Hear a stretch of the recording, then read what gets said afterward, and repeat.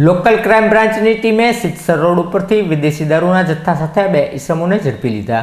Local crime બ્રાન્ચની team પેટ્રોલિંગમાં હતી ત્યારે માહિતી મળી હતી કે સિત્સર રોડ શિવરંજની એપાર્ટમેન્ટ પાસે 2 ઈસમો શંકાસ્પદ થેલાઓ લઈને ઊભા છે।